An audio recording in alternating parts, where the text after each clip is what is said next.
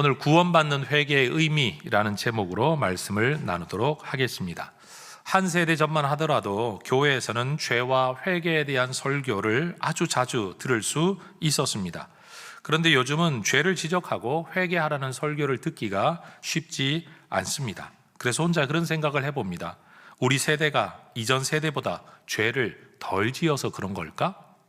여러분은 이 질문에 뭐라고 대답을 하시겠습니까? 그런데 이 질문과 함께 제게 남는 또 하나의 의문이 있습니다. 우리가 뉴스를 통해 큰 재해나 재난 또는 비인간적인 사건, 사고를 보면서 탄식한다고 하는 말이 아우 말세다, 말세라는 말을 할 때가 많습니다.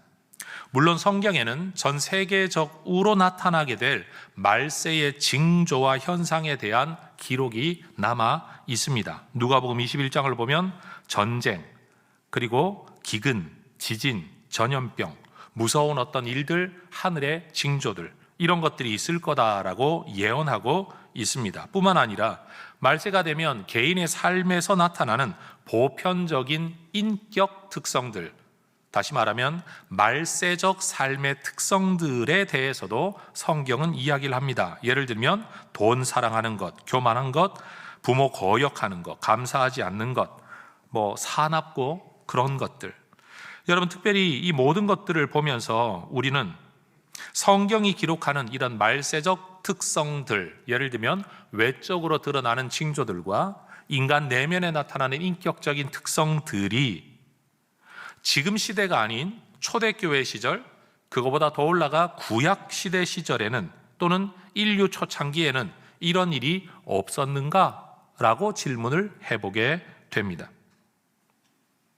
인류 역사의 시간이 흐르고 세상의 종말이 다가올수록 인류의 죄는 더 커지는 걸까요?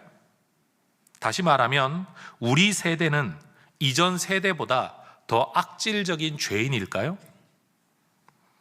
성경을 보면 당장 에덴 동산 직후에도 가인이라는 사람은 동생을 자기 손으로 돌로 쳐서 죽이는, 그게 한 번에 죽진 않았을 겁니다. 그 어마어마한 잔인함을 보여줍니다.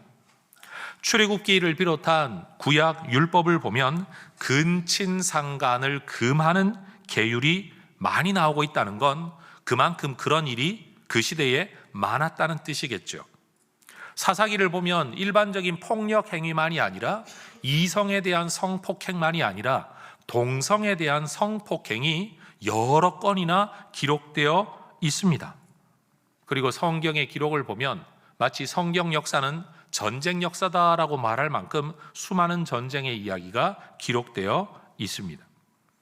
이런 걸 보면 이전 세대가 우리보다 낫다, 우리 세대가 그들보다 낫다, 이런 말을 하기 힘들어 보입니다. 여러분, 신학적으로 말세라고 할 때는요, 언제부터 언제까지라고 구분 지을 수 있는 어떤 기간이 아닙니다. 말세는 하나님을 떠나 살아가는 우리 인류의 삶의 양식 자체가 바로 말세입니다. 우리 인류는 존재적으로도 죄인이고 실천적으로도 말세적 삶의 특징 안에 살아가고 있는 죄인입니다. 우리 인류는 개인의 악이 되었든 구조적인 악이 되었든 공동체적으로도 죄인이고 개인으로도 죄인입니다. 우리 인류는 존재 양식으로도 죄인이고 삶의 양식으로도 죄인입니다. 그 결과 에베소서 2장 3절은 우리 인류가 바로 하나님의 진노 아래에 놓여 있는 상황이라고 말을 합니다. 여러분, 말세는 지금은 아니야, 언제야 라고 말할 수 없고 2000년이냐 3000년이냐 이렇게 말할 수 있는 게 전혀 아닌 하나님을 떠나 있는 인류의 삶의 양식, 존재의 양식, 존재하는 기간 전체가 사실은 말세라고 이해를 해야 합니다. 이런 말세로부터 우리는 구원을 이야기합니다. 그러니 교회를 다니는 사람들 입에서는 죄 또는 회개라는 단어가 자주 등장합니다. 특별히 교회에서는 회개해야 구원받는다고 가르칩니다. 그러니 교회를 다니는 사람들은 매주일 예배마다 죄에 대한 고백, 회개에 대한 기도가 끊이지를 않습니다. 교인들이 맨날 죄를 이야기하고 회개를 이야기하니까 세상은 이런 성도들을 보면서 예수 믿는 사람들이 뭐 그렇게 회개할 죄를 많이 짓느냐라고 말하기도 합니다. 또 어떤 분들은 그렇게 죄를 많이 지을 거라면 예수는 왜 믿냐라고 조롱하기도 합니다. 교회를 다니는 성도들조차도 회개라는 기도를 하면서도 마음속에 의문이 있습니다. 도대체 언제까지 회개해야 되지? 어느 정도 회개해야 되지? 어디까지 회개해야 구원받을 수 있는 걸까? 그러면서 혼자 또 이런 궁금함을 가지죠. 혹시 회개 기도를 못하고 갑자기 죽으면 나 구원 못 받는 거 아닌가? 라는 생각 말입니다. 자살이라는 주제는 매우 민감한 주제라 여러분 쉽게 다룰 수 없는 일이기는 하지만 우리 이전 세대 목사님들은 저도 그렇게 들었었습니다. 자살이 왜 심각한 죄이냐 하면 자살은 죽고 난 이후에 회개할 기회를 전혀 얻지 못한 상태에서 삶이 끝나버리기 때문에 회개 못하고 죽기 때문에 자살한 사람은 천국 못 간다, 구원 못 받는다 라는 말까지 우리는 어려서 듣고 자랐습니다. 교회는 그만큼 회개를 굉장히 중요하게 여겼었다라는 겁니다. 그런데 저는 여러분에게 이런 질문을 할 수 있겠죠. 만약 오늘 아침에 그냥 교회 가겠다고 일어났는데 누군가가 늦어서 화내고 짜증내고 그러다가 부부싸움 되고 자식에게 상처 입히고 그래서 내가 교회 가서 이거 회개해야 되겠다 라고 마음을 먹고 교회를 오는 길에 자동차 사고가 나서 갑자기 세상을 떠났다면, 물론 여러분은 지금 다 와 계시니까 이건 다 가정입니다. 만약 그런 분이 그렇게 세상을 떠났다면 이분을 천국을 갈 수 있을까요? 없을까요? 이 질문에 대하여 여러분이 분명한 대답을 내리고 있지 못하다면 구원 얻는 회개가 무엇인가를 우리는 지금 제대로 이해하고 있지 못한 겁니다. 우리가 전도를 하면서 회개해야 됩니다라는 말을 하면 전도 받는 분들이 그런 대답을 하죠. 나는 죄 지은 거 없다. 나같이 법 없어도 사는 사람이 구원 못 받으면 오히려 하나님이 불공평한 거다라고 말씀하는 분들도 계십니다. 우리는 교회 바깥에 누구보다도 번듯하게 올바르게 살아가는 분들이 많다는 걸 우리는 너무 잘 알고 있습니다. 그러면 문제는 뭐냐? 그분들이 생각하는 죄와 회개의 개념과 성경이 말하고 있는 죄와 회개의 개념에 어떤 차이가 있다라는 사실입니다. 물론 비슷한 점도 있습니다. 똑같은 점도 있습니다. 그러나 본질적으로 완전히 다른 설명을 하는 부분도 있다는 것을 우리가 배워야 하고 알아야 한다라는 겁니다. 누군가가 대화를 할 때 나는 머릿속에 이 단어를 사용하면서 이 개념을 가지고 있는데 저 사람은 그 단어를 사용하면서 전혀 다른 개념을 가지고 있다면 똑같은 단어를 주고받으며 대화를 하면서도 서로 완전히 다른 이해를 가질 수 있습니다. 이게 미스커뮤니케이션, 우리가 세상 속에서 일어나는 불통 또는 오해의 가장 큰 이유가 되죠. 그래서 학자적인 글쓰기를 하는 분들은 항상 어떤 글을 시작하기 전에 내가 이 단어를 사용하는 건 이런 개념에서 사용한다, 내가 이것을 말할 때는 여기부터 여기까지만 이야기한다 라는 어떤 개념 정의와 제한을 분명히 해놓고 글쓰기를 이어갑니다. 왜냐하면 오해를 덜어내기 위해서인 거죠. 오늘 저는 이 설교를 통해 이 자리에 있는 우리 모두, 특별히 설교를 듣는 분들이 성경이 말하는 회개, 특별히 구원 얻는 회개는 무엇인가에 대하여 아주 명료하게 깨닫는 기회가 될 수 있기를 축복합니다. 하나님께서는 우리의 구원을 위해 예수님을 이 땅에 보내셨습니다. 그런데 우리 하나님께서는 그렇게 예수님을 보낸 다음 예수님 혼자서 십자가의 싸움, 구원의 싸움, 마귀와의 싸움을 홀로 고군분투하도록 버려놓고 구경만 하지 않으셨습니다. 예수님께서 이 땅을 구세주로 살아가시는 그 과정 속에서도 하나님은 큰 권능과 기사와 표적이라는 방법을 통해 예수님을 증언하십니다. 예수님께서 하나님의 아들이시다, 구세주이시다, 성경이 예언한 메시아 그리스도이시다라는 것을 하나님께서 증언하셨다라는 겁니다. 따라하십시다. 하나님께서 너희 앞에서 그를 증언하셨느니라. 한 번만 더 하겠습니다. 하나님께서 예수님을 증언하셨습니다. 사람들은 예수님을 통해 나타나는 어떤 일들을 보면서 분명 이 일을 행하는 분은 예수님인데 이 일은 하나님이 아니고서는 일어날 수 없는 일이다 라고 생각하며 말하며 놀라워했습니다. 만약 그렇다면 그들은 이 예수님을 바라보면서 예수의 증언을 받아들이고 예수라는 존재를 받아들이는 것이 예수를 증언한 하나님에 대한 올바른 반응, 경외심, 신앙이라고 말할 수 있는데, 사람들은 하나님의 일을 행하시는 예수님을 하나님의 아들로 구세주 메시아 그리스도로 받아들이지도 않고 믿지도 인정하지도 않았습니다. 오히려 마태복음 12장을 보면 바리새인이라고 일컬어지는 사람들, 마가복음 3장을 보면 서기관이라고 일컬어지는 종교 지도자들은 예수님이 행하시는 하나님의 증언의 일을 오히려 마귀의 일이라고, 예수님이 이 일을 행하는 것은 그가 하나님의 사람이라는 증거인데 오히려 반대로 그가 마귀의 사람이다라는 말로 폄훼하고 모욕했습니다. 더 나아가 종교 지도자들은 그러한 예수님을 거부할 뿐만 아니라 심지어 불의한 재판 과정을 통해 신성 모독 죄인으로 규정하고 총독 빌라도의 손을 빌어 십자가에 못 박히게 넘겨 주었죠. 이러한 예수님의 죽음의 배경에 대해서는 몇 주 전에 했던 설교에서 이미 충분히 다루었습니다. 예수님은 그렇게 십자가에 못 박혀 죽임을 당했고 예수 사건은 역사적 해프닝으로 끝난 줄 알았습니다. 제자들은 뿔뿔이 흩어졌습니다. 종교 지도자들도 예수를 처형함으로써 예수의 모든 영향력이 제거된 줄 알았습니다. 그러나 하나님에게는 예수 죽음이 끝이 아니었습니다. 예수님이 이 땅에 계실 때 큰 권능과 기사와 표적을 통해서 예수님이 하나님의 아들, 구약에 예언된 메시아 그리스도 주님이심을 증언하셨던 하나님께서 이제는 부활이라는 사건을 통해 다시 한번 예수님이 주와 그리스도이심을 증언하십니다. 사도행전 17장의 말씀을 보면 하나님께서는 예수 부활의 사건을 통해서 우리가 예수님을 주와 그리스도로 믿을 증거를 주셨다, 증언하셨는데 어떻게? 부활을 통해 우리에게 증거를 주셨다라고 기록하고 있는 겁니다. 여러분, 예수님이 인간으로 이 땅에 오신 사건, 우리는 이것을 성육신이라고 말을 합니다. 이 성육신 사건은 하나님이 우리를 얼마나 구원하기를 강렬히 원하고 계신가를 보여주는 증거입니다. 예수님의 십자가 사건은 우리의 죄가 얼마나 심각한가를 보여주죠.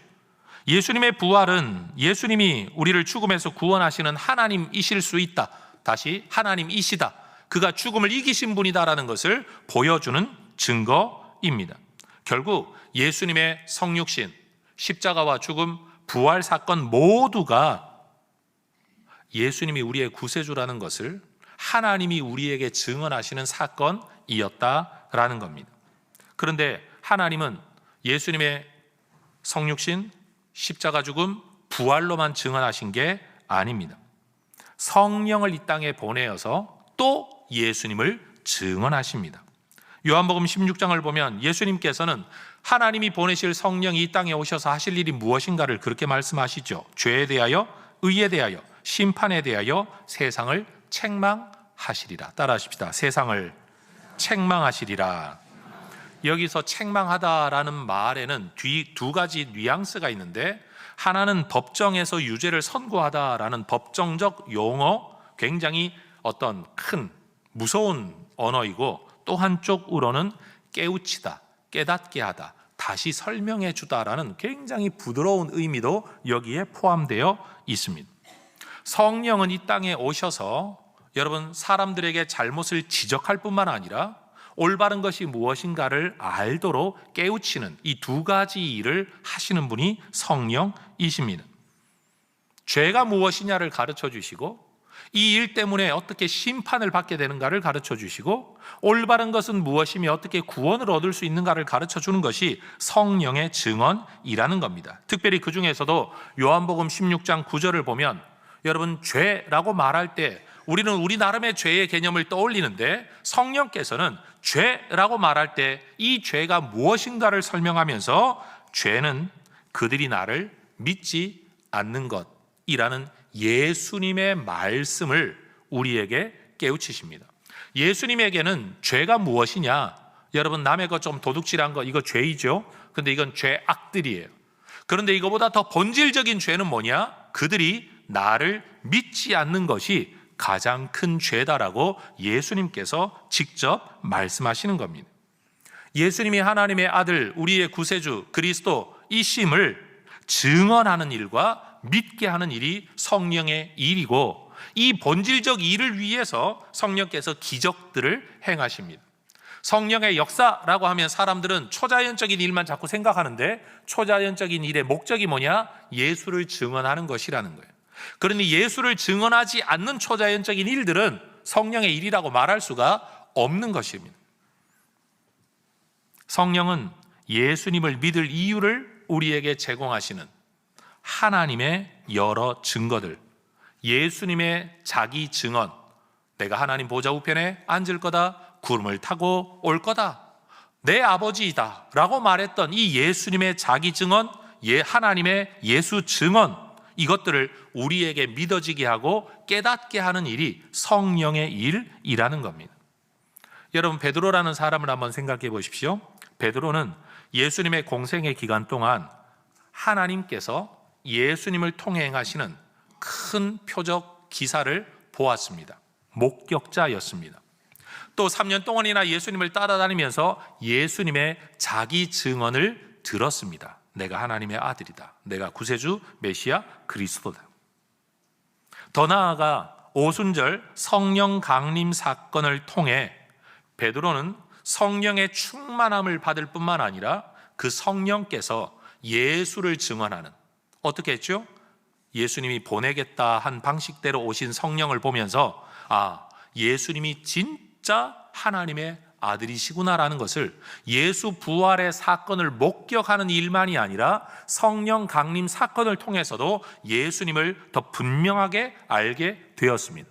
그러니 베드로의 한 사람의 경험 속에서 하나님의 증언을 보았죠. 예수님의 자기 증언을 들었죠. 부활을 통해 예수님의 하나님의 아들 되심을 목격했죠. 성령 강림을 통해 또 한 번 예수님의 하나님 아들 되심, 구세 되심을 목격한 겁니다. 그 베드로가 그 성령에 사로잡혀서 사람들에게 뭔가를 이야기하고 있습니다.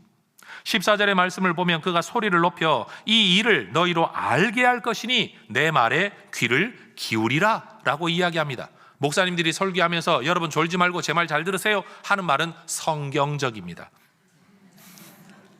왜냐하면 베드로도 그 말을 했거든요. 이 일을 너희로 알게 할 것이니 내 말에 귀를 기울이라. 36절에서도 이스라엘 온 집은 확실히 알아야 할 것이다. 뭐를요?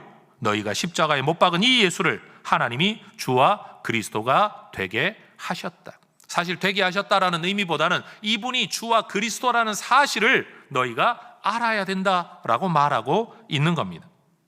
그런데 놀라운 건 베드로가 이 설교를 했더니 사람들 마음속에 세 가지 반응이 일어났습니다. 우리가 뭔가를 잘못했구나 라는 지적 깨달음이 일어났습니다. 두 번째, 마음에 찔려 이것을 후회하고 잘못했다라고 느끼는 정서적 반응이 일어났습니다. 세 번째, 우리가 어찌할꼬라고 하면서 내가 이제 어떻게 해야 되냐라는 의지적 결단을 위한 반응이 일어났습니다. 하나님의 말씀을 듣고 여러분 이렇게 지적, 정서적, 의지적 반응이 일어나면 이건 우리가 은혜 받았다, 이 사람은 회개한 사람이다, 우린 이렇게 생각을 할 겁니다. 그런데 놀라운 사실은 뭐냐 하면 오늘 본문의 말씀을 보면 분명히 우리가 잘못했구나, 우리가 마음이 찔린다, 우리가 그럼 어떻게 하면 좋을까? 라고 말하는 사람들에게 베드로가 뭐라고 말을 하느냐? 38절에서 너희가 회개해야 된다라고 말하는 겁니다. 우리는 말씀을 듣고 지정의의 반응이 일어나면 이걸 회개라고 생각을 하는데 베드로는 이런 반응이 일어난 사람들에게 또 너희가 회개해야 된다라고 말하고 있다는 거예요. 그러면 앞에 일어난 지정의의 반응은 회개이다 아니다? 회개가 아니라고 지금 베드로가 이야기하고 있는 겁니다. 문자적 의미로는 잘못되었음을 깨닫고 돌이키는 것이 회개이죠.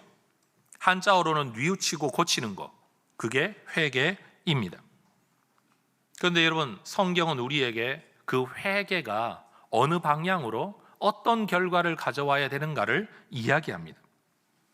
여러분, 참된 회개는 내 내면에서 일어나는 뉘우침이 끝이 되면 안 됩니다. 예를 들어 여러분, 부모에게 잘못한 자식이 자기 방에 들어가 생각하니까 내가 좀 심했구나, 잘못했구나, 다음엔 그러지 말아야지 라고 생각하면 이거 회개입니까?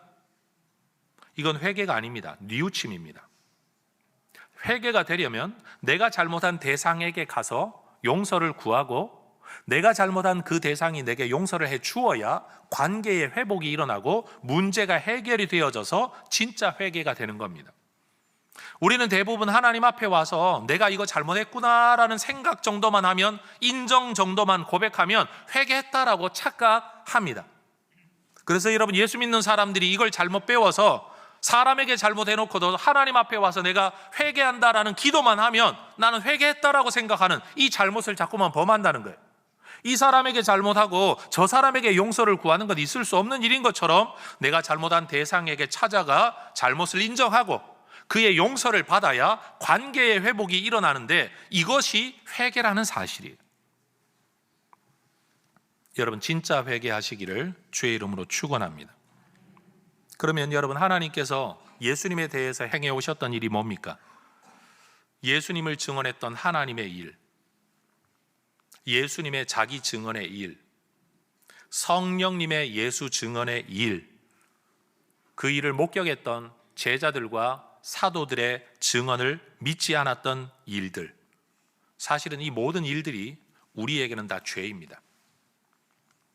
하나님이 세상을 만드시고 인간의 타락 이후에 인간을 구원하기 위한 하나님의 일을 다 해오셨는데 우리는 그것을 하나님의 일이라고 믿지 않는 거예요.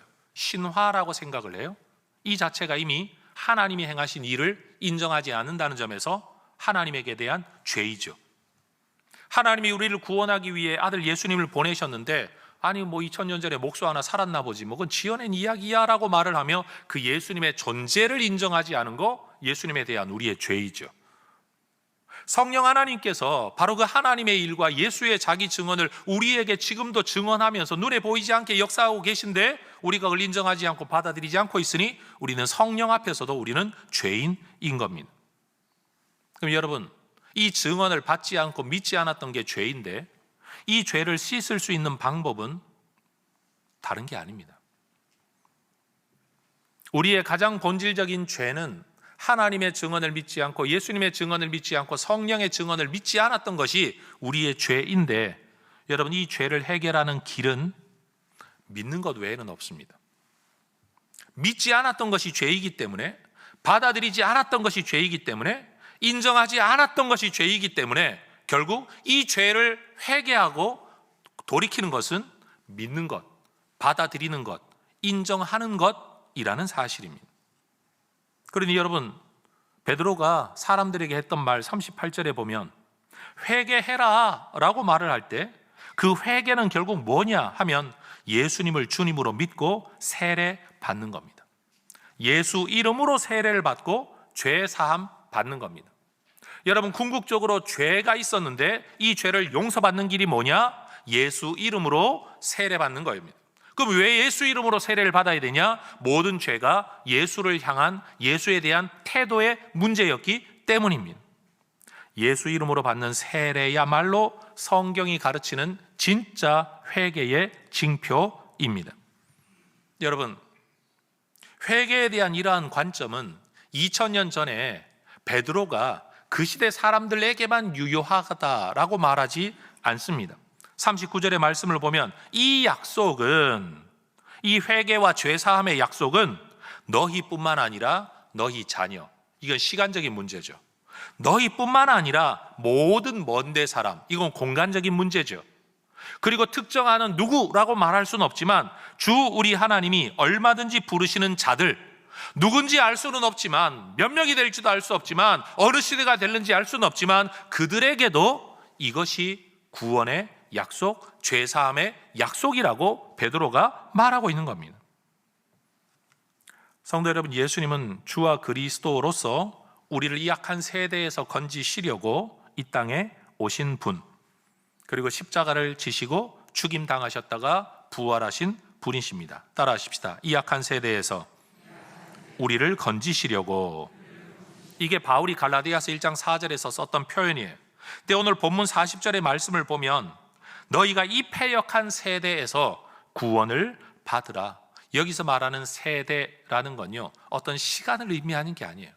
이 패역한 삶의 자리, 종말의 자리, 저주의 자리, 죽을 수밖에 없는 자리에서 너희가 구원을 받으라 라고 말하는 겁니다. 어떻게 해요?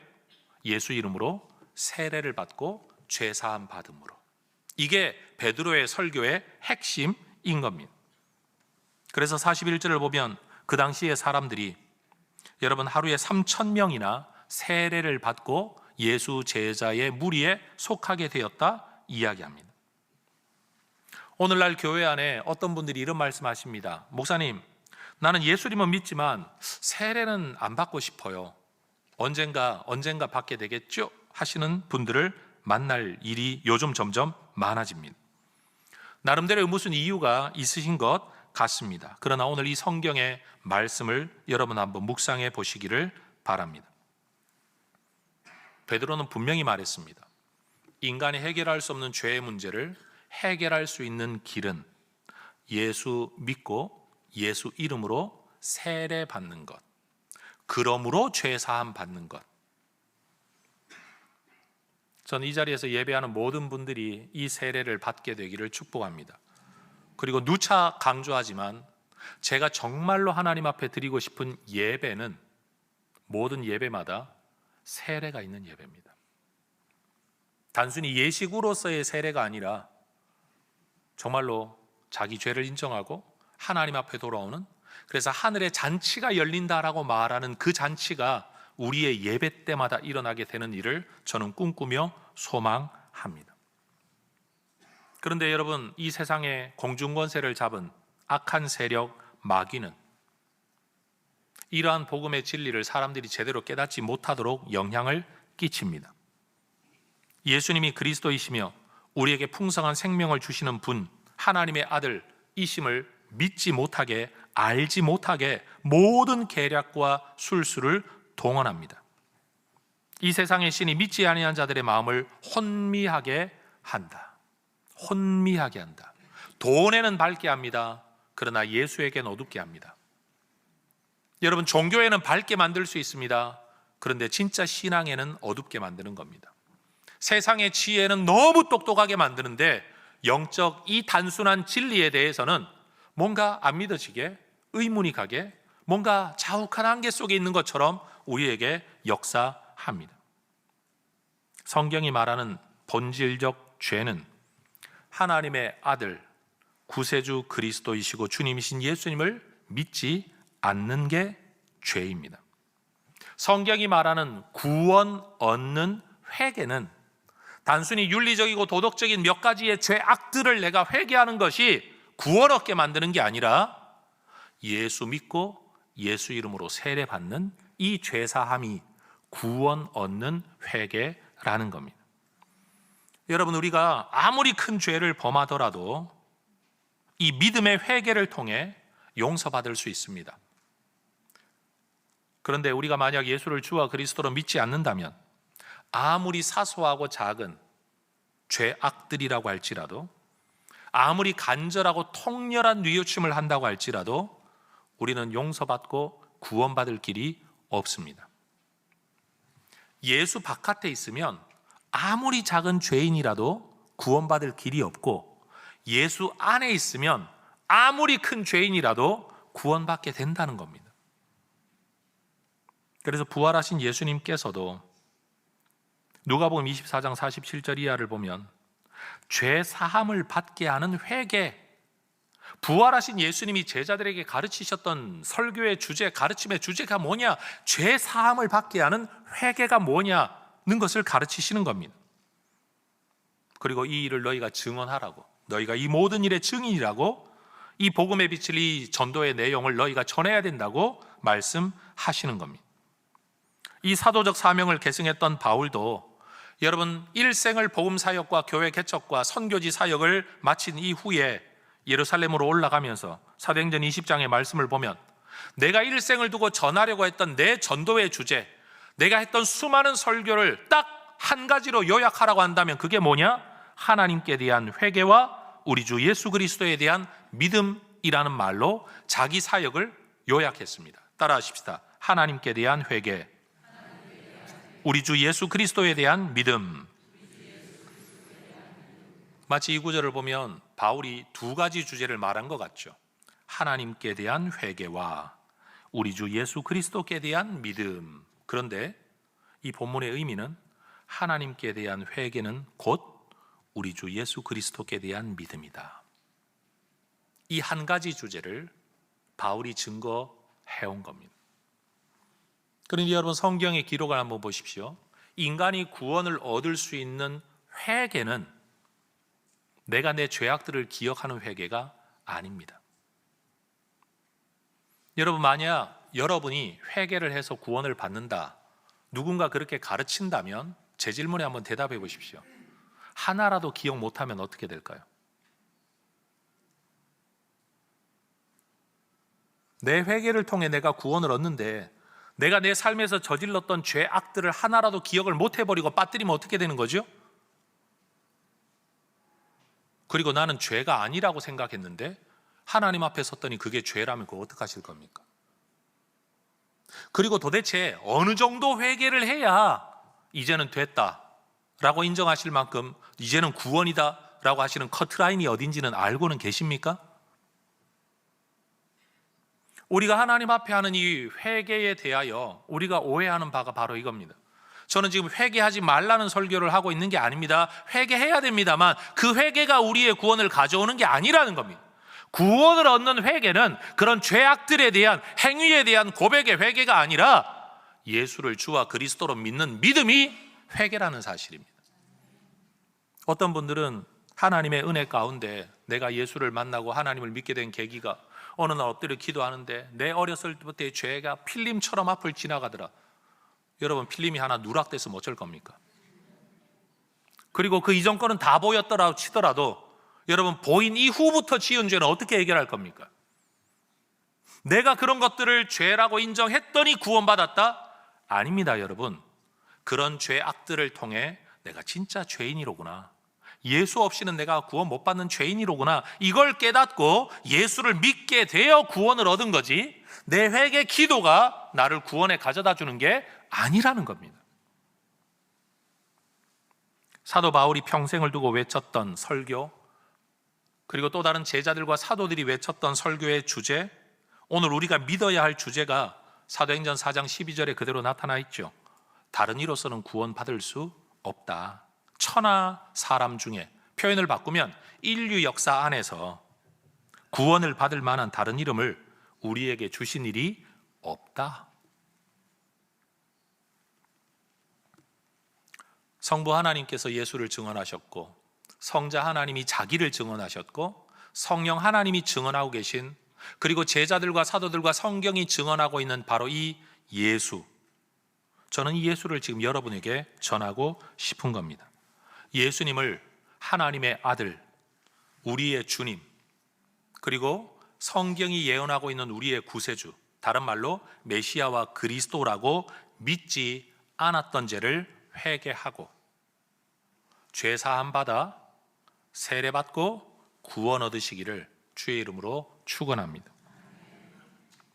우리가 이 믿음 안에 들어오게 될 때 예수의 죽음이 나를 대신한 죽음이 되고, 예수의 부활이 내 영생을 보장하는 부활이 되고, 예수가 하나님을 아버지라고 불렀던 그 하나님과의 관계가 내게 적용되어져 내가 하나님을 아버지라고 부르게 되죠.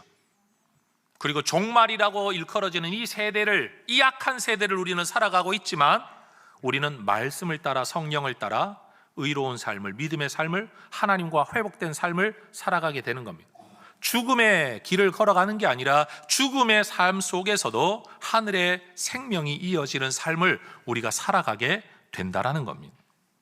자, 누군가가 여러분에게 이런 질문을 하면 여러분 뭐라고 대답해야 되는지 한번 생각해 보십시오. 질문 이겁니다. 회개하셨습니까? 이 질문 앞에 내가 회개를 했나? 뭐 빼먹은 거 없나? 이 생각을 하고 있다면 여러분, 이거 잘못된 겁니다. 회개하셨습니까? 라고 묻는다면 우린 이렇게 대답해야 됩니다. 네, 저는 예수 믿는 회개를 하고 죄 사함 받고 세례 받았습니다. 누군가가 묻습니다. 당신의 죄 용서 받았다고 확신합니까? 네, 나는 예수 믿는 회개를 통해 죄 사함을 받았습니다.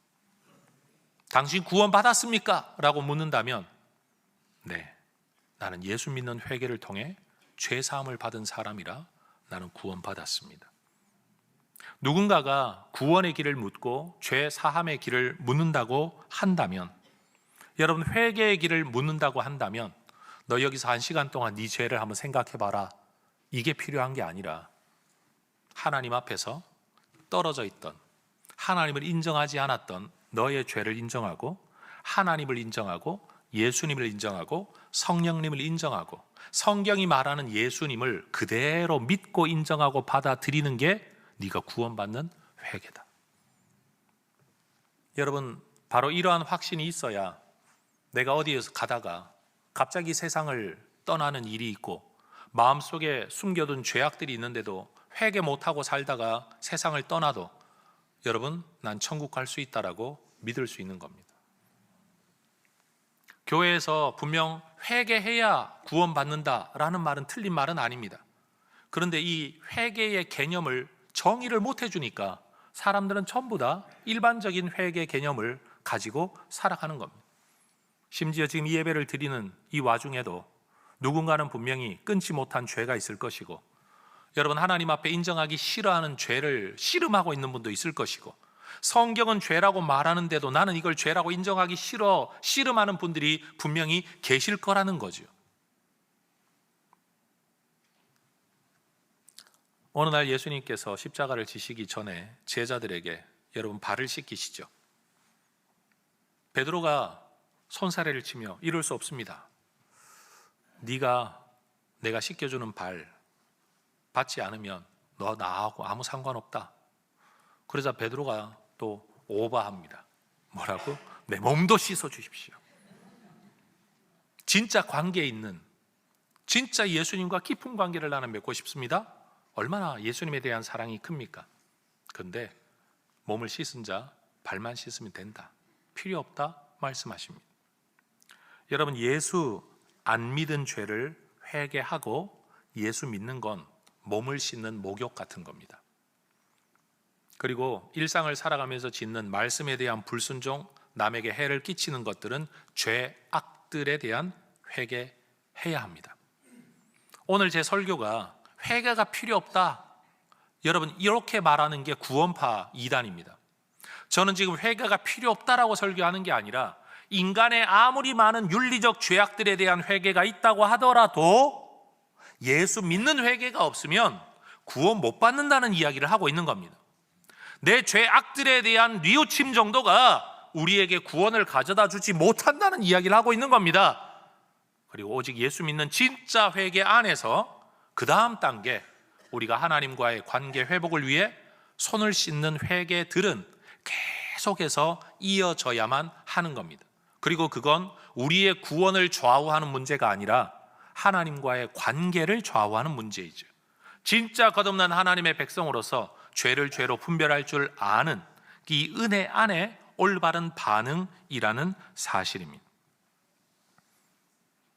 해성교회 가족 여러분, 꼭 기억하십시다. 구원 얻는 회개는 뭐라고요? 예수 믿는 겁니다. 구원 못 받는 죄는 무엇입니까? 예수 안 믿는 겁니다. 이 본질적인 성경의 진리, 우린 이것을 꼭 붙들어야 합니다. 그러니 여러분, 일반 세상 사람들보다 윤리적으로 조금 부족한, 그건 자기 인생의 경험 속에서 나오죠. 가정 환경에서 나오죠. 어렸을 때부터 교육에서 나오죠. 기본적인 윤리 개념은 가정교육의 결과라고 저는 생각을 합니다. 여러분, 이게 제대로 안 이루어진 분들이 가지고 있는 윤리 개념은요, 힘들어요. 이번 주에도 외국을 갔다 오는데 어느 교회 팀인 것 같아요. 권사님들 좀 돼 보여요. 새치기 하시더라고. 예. 내가 뭐 멀쩡히 줄 서 있는데, 목사 티를 내진 않았지만 멀쩡히 줄 서 있는데 은근히 내 뒤에 있다가 슬금슬금 앞으로 자꾸 가시더라고. 그러면서 권사님 빨리 오래요. 또 뒤에 사람 또 불러요. 여러분, 이런 사람 구원 못 받을까요? 못 받는다고 말하고 싶으시죠? 그런데 저는 말합니다. 구원 받습니다. 그건 삶에서 훈련이 덜 된 연약함입니다. 미약함이에요. 부족함이에요. 그런데 우리의 구원은 그런 걸로 결정되는 게 아니라는 거죠. 여러분, 구원 얻는 회개는 예수 믿는 것, 구원 못 받는 죄는 예수 안 믿는 것. 하나님의 증언, 예수님의 증언, 성령님의 증언, 성경의 증언을 인정하고 받아들이지 않는 죄는 무엇으로도 해결받을 길이 없는 겁니다. 여러분, 오늘 이후로 여러분들 모두가 구원의 확신 안에서 살아갈 수 있기를 축복합니다. 내가 뭔가 기억 놓친 거 없나? 내가 뭐 하는 거 아닌가? 자기 죄책감에 또 빠져가지고 이런 내가 구원받을 수 있나? 여러분, 철저하게 자기 삶에 내 반응에 모든 걸 걸고 두려움에 살지 말고 성경 가르침, 오직 예수 믿는 믿음, 우리의 든든한 구원의 반석, 이 예수님을 붙들고 살아가시기를 주의 이름으로 축원합니다. 기도하겠습니다.